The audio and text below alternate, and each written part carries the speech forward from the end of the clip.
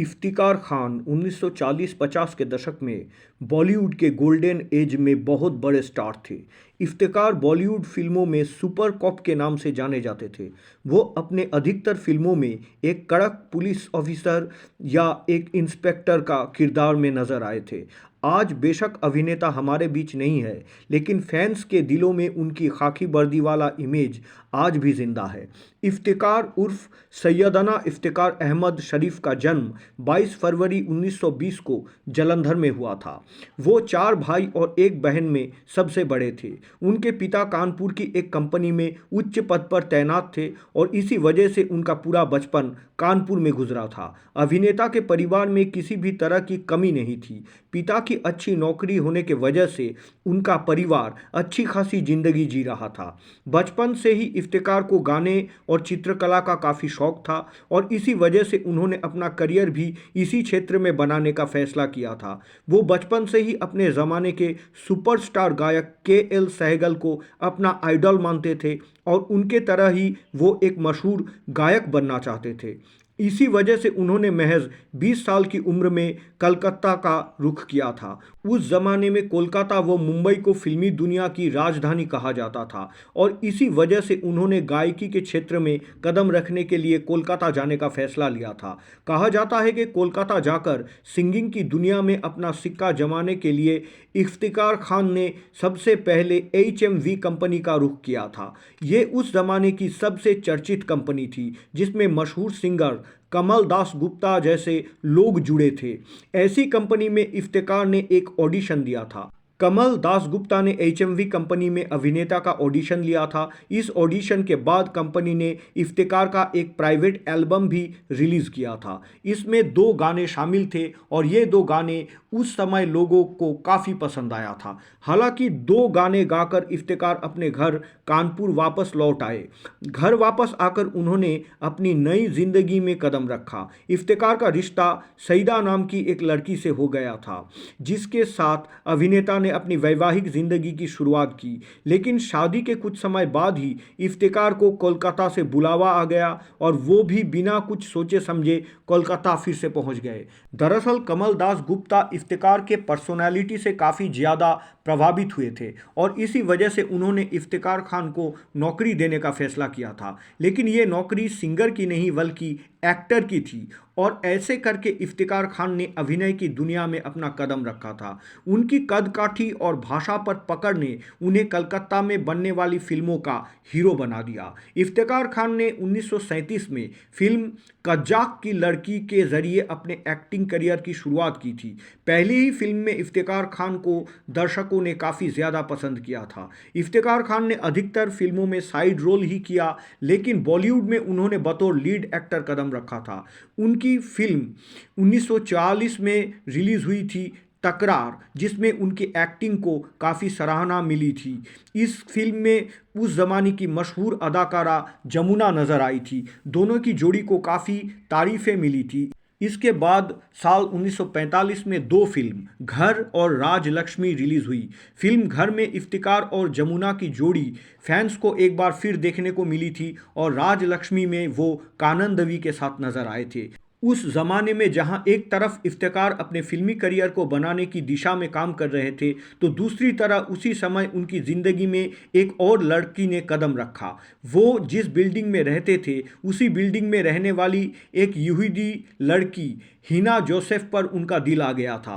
ख़ास बात यह है कि हिना जोसेफ भी अभिनेता से प्यार करने लगी थी और इस वजह से अभिनेता ने अपनी पहली पत्नी सईदा से सारे रिश्ते तोड़ दिए और जोसेफ से शादी कर ली थी। शादी के बाद हिना जोसेफ का नाम रहना अहमद हो गया था। शादी के कुछ साल बाद रहना ने 2 बेटियों का जन्म दिया, जिनका नाम सलमा और सईदा है। कहा जाता है कि ये वो दौर था जब भारत और पाकिस्तान का बंटवारा हुआ था और इस वजह से इफ्तिकार का पूरा परिवार पाकिस्तान की ओर रवाना हो गया था। लेकिन इफ्तिकार ने अपनी बीवी और दोनों बेटियों के साथ भारत में ही रहने का फैसला किया था। जहां एक तरफ उनका परिवार हमेशा के लिए पाकिस्तान चला गया था, तो वहीं दंगों की वजह से वो अपने पत्नी और 2 बेटियों के साथ मुंबई आ गए थे। इस दौरान उनके परिवार की आर्थिक हालत काफ़ी ख़राब हो गई थी। कुछ सालों बाद जब भारत भारत का विभाजन हुआ तो दंगे की आग उन्हें बॉम्बे ले आई, जहां काम की तलाश में कुछ अरसे भटकने के बाद उनकी मुलाकात अशोक कुमार से हुई, जिनसे वे कलकत्ता में पहले सिर्फ एक बार मिले थे। इसके बाद दादा मनी के कहने पर कलकत्ता की फिल्मों के हीरो को बॉम्बे की फिल्मों में छोटे छोटे रोल मिलने लगे। 1954 में इफ्तिकार ने मिर्ज़ा गालिब फिल्म में बादशाह का रोल किया और दर्शकों के बीच अपनी एक्टिंग से लोकप्रिय हो गए। इस फिल्म में भारत भूषण और सुरैया मुख्य भूमिका में नजर आए थे। 1955 में आई देवदास में इफ्तिकार ने बीजू दास का रोल किया था। 1955 में ही आए राज कपूर की फिल्म श्री 420 में इफ्तिकार ने पहली बार पुलिस इंस्पेक्टर का किरदार निभाए थे। इस फिल्म से पुलिस वाले के रोल में इफ्तिकार को बड़ी पहचान मिल गई, जिसके बाद एक एक करके उन्हें कई फिल्मों का ऑफर हुए जिसमें उन्हें पुलिस वाले का रोल ही दिया गया। साल 1957 में अमर कुमार के निर्देशन और राज कपूर के प्रोडक्शन में बनी फिल्म अब दिल्ली दूर नहीं में एक बार फिर इफ्तिकार को पुलिस इंस्पेक्टर का रोल दिया गया था। इस फिल्म में इफ्तिकार मशहूर हो गए। 1963 में आई बिमल रॉय की फिल्म बंदिनी में इफ्तिकार ने चुट्टी बाबू का रोल किया। इस रोल में वो इतना मशहूर हुए कि उनकी पिछली पहचान भी बदल चुकी थी। चुट्टी बाबू के रोल में इफ्तिकार की दमदार एक्टिंग के सभी कायल हो गए थे, लेकिन इन फिल्मों के बाद भी उनका संघर्ष जारी रहा था। साल 1969 में उनके हाथ B.R. चोपड़ा के फिल्म इत्तेफाक लगी, जिसने अभिनेता की जिंदगी को बदल कर रख दिया था। इस फिल्म में वो एक पुलिस ऑफिसर के किरदार में नजर आए थे और उनके इस किरदार को लोग द्वारा इतना पसंद किया गया था कि इसके बाद कई फिल्मों में पुलिस अधिकारी के रोल में वो लगातार नजर आए थे। इफ्तिकार की बेटी सलमा ने एक इंटरव्यू में कहा था कि इस फिल्म की वजह से हमारी ज़िंदगी बदल गई थी। पुलिस की वर्दी डैडी पर इतनी जमी कि इसके बाद उन्हें काम की कभी कमी नहीं हुई। बहुत जल्द हम लोगों ने एक अच्छा घर ले लिया था और इसका सारा श्रेय अशोक कुमार अंकल को देना चाहिए, जिनकी वजह से ही डैडी को B.R. फिल्म्स में एंट्री मिली थी।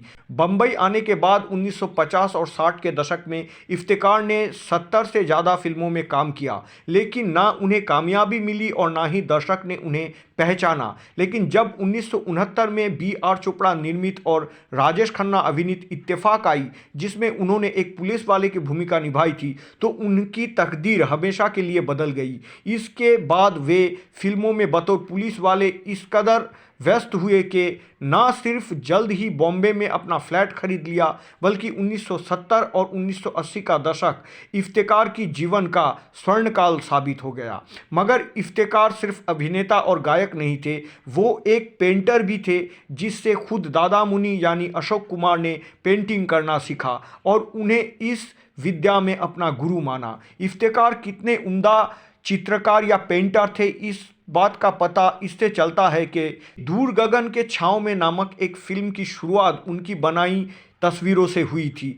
1964 में आई बॉलीवुड की रोमांटिक फिल्म संगम में इफ्तिकार पहली बार एयरफोर्स ऑफिसर बनकर सामने आए। पुलिस के बाद वायुसेना के वर्दी में भी इफ्तिकार ज़बरदस्त दिखे। फिल्म उस साल की सबसे बड़ी हिट साबित हुई थी।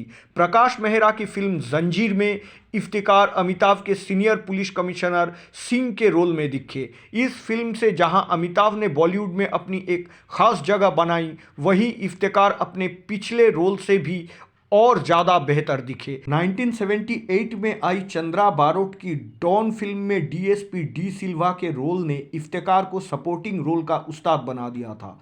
इस फिल्म के लिए अमिताभ को जहां बेस्ट एक्टर का फिल्म फेयर अवार्ड मिला, वहीं इफ्तिकार का नॉमिनेशन बेस्ट सपोर्टिंग रोल के लिए हुआ था। 70s और 80s के दशक में अमिताभ जब सुपरस्टार बन चुके थे, तब इफ्तिकार उनकी तमाम फिल्मों में देखे गए। डॉन की गिनती हिंदी सिनेमा के बेहतरीन फिल्मों में होती है और ये उस साल की सबसे बड़ी हिट फिल्मों में से एक थी।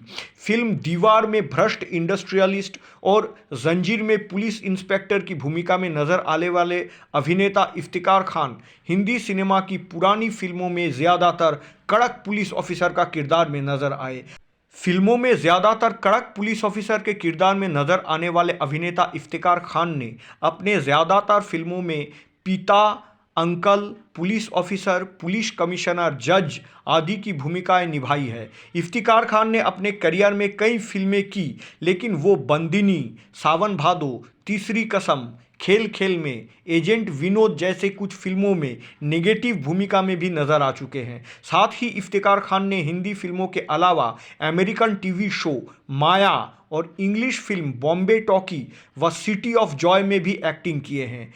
4 मार्च 1995 में मुंबई में उनका निधन हो गया। पुलिस ऑफिसर की दमदार छवि बनाने वाले स्टार अभिनेता इफ्तिकार खान को आनंद एंटरटेनमेंट परिवार के तरफ से सादर नमन और श्रद्धा सलाम अर्पित किया जाता है।